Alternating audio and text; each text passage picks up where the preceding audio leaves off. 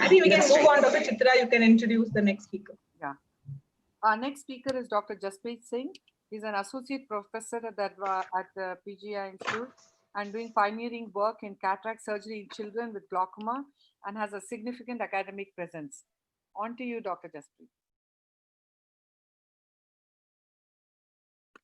Yes?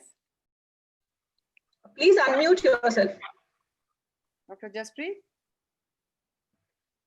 Dr. Jaspreet, you have to unmute yourself. Yeah. I just share the screen. Yeah. Yeah, can you hear me now?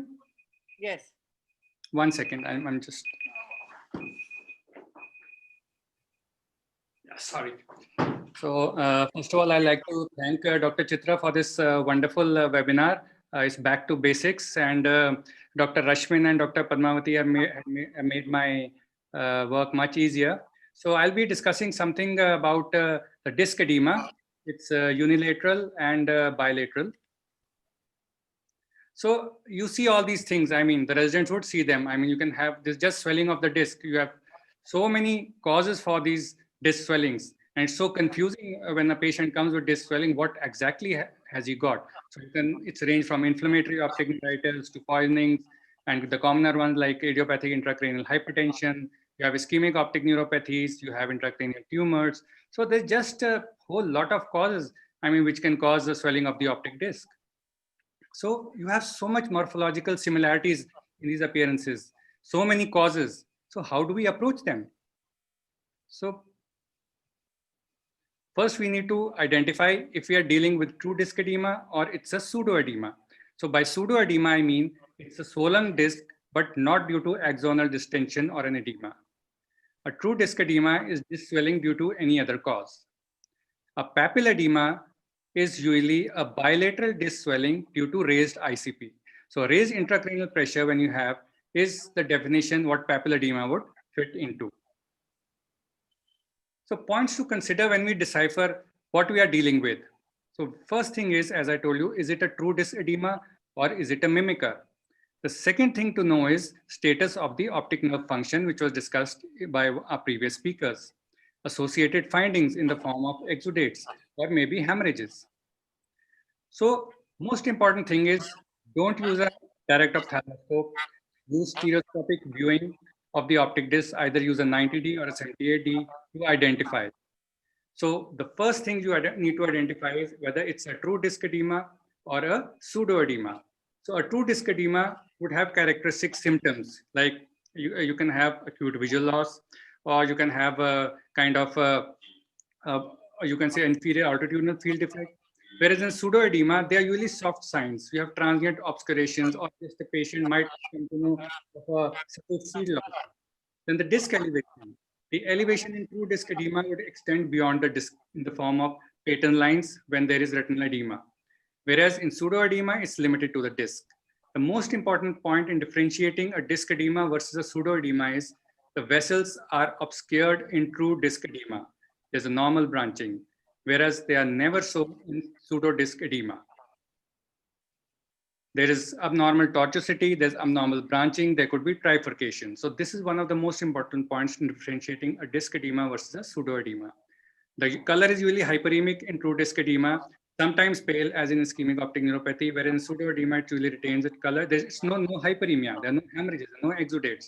There is absence of physiological cupping. And of course, pseudoedema has, the causes are there, but they're a little less as compared to the gamut of causes in disc edema. So some of the pictures what I'll be showing you is pseudoedema. The first thing is the most common is disc drusen. Now these disc drusens can give the appearance of a pseudoedema. We can see here two refractile bodies here.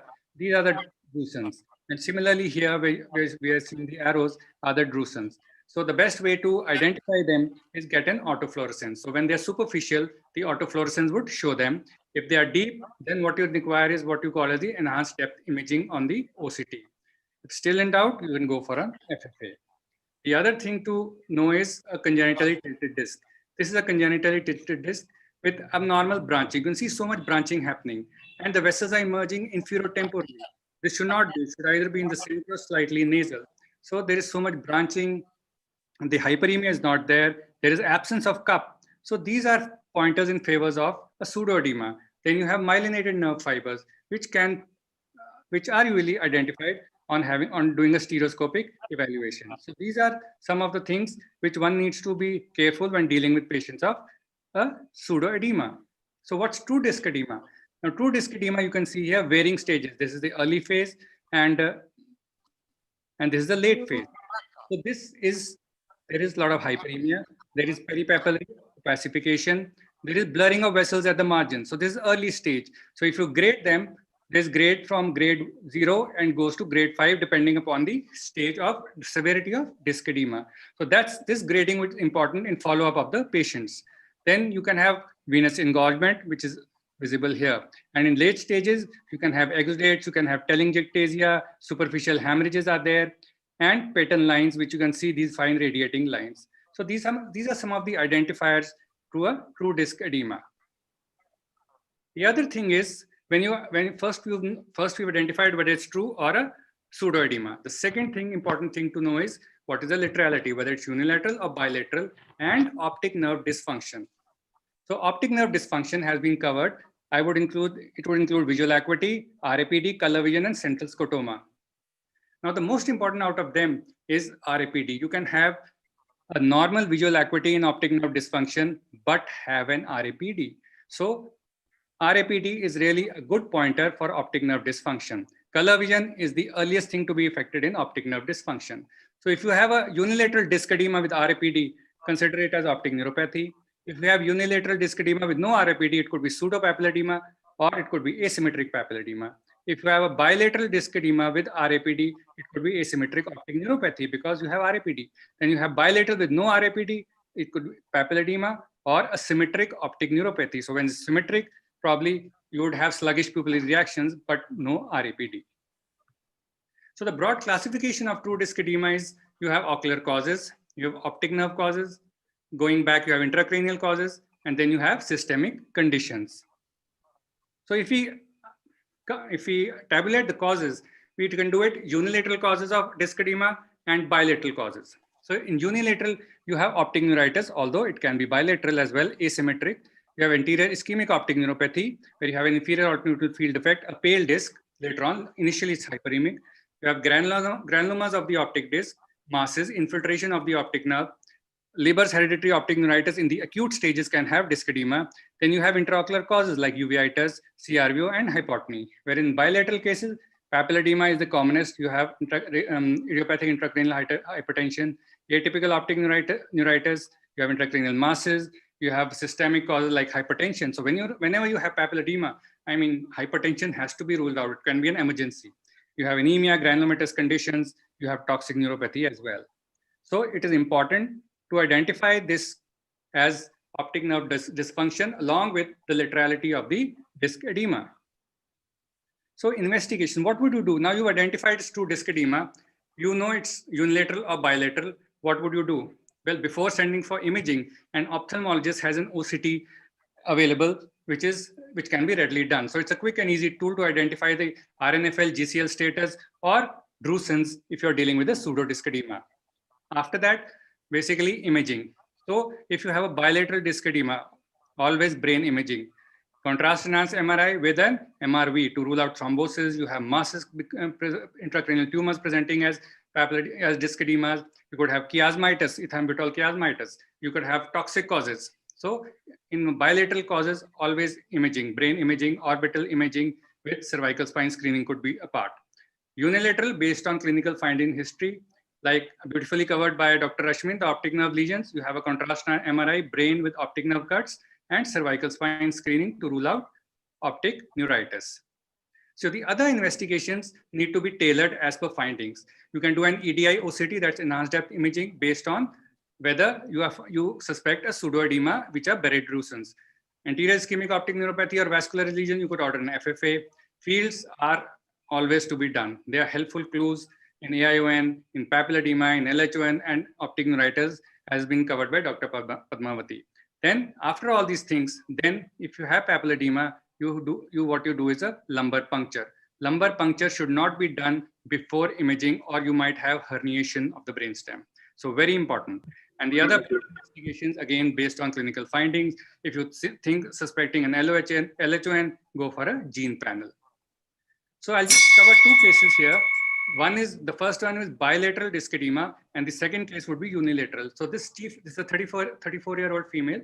She has tinnitus for 4 years, headache for 2 years, variable blurring for 1.5 months. So these are very inconsistent things, but there is no actual loss of vision. So her vision is 6/6, both eyes, color vision is fine, everything is fine, pupillary reactions are normal, everything is okay. The posterior segment, when you examine, shows bilateral disc edema, more in the right eye as compared to the left eye. And so we have an enlarged blind spot in the right eye as compared to the left eye, because probably more of the disc edema. So when you have bilateral disc edema with no loss of vision, absolutely fine color vision, so basically this would fit into either an intracranial space occupying lesion, blockage of CSF flow, it could be idiopathic intracranial hypertension, or thrombosis, whatever it is. I mean, something which is causing bilateral disc edema. So when you get an imaging done here with an MRI and features are suggestive of a IIH, which are partially empty cella. You can see here that there is a hyperintensity low down, but it's dark above there. So it's partially empty cella. You have a meandering optic nerve, which is tortuous. You have flattening of the sclera. You can see how the sclera is flattened here. It's flattened here. And you have transverse sinus stenosis. Now, this is not that significant, but all these features, without then there is no intracranial mass, fit into the diagnosis of IIH. And so a lumbar puncture was advised, which was consistent with the diagnosis of IIH.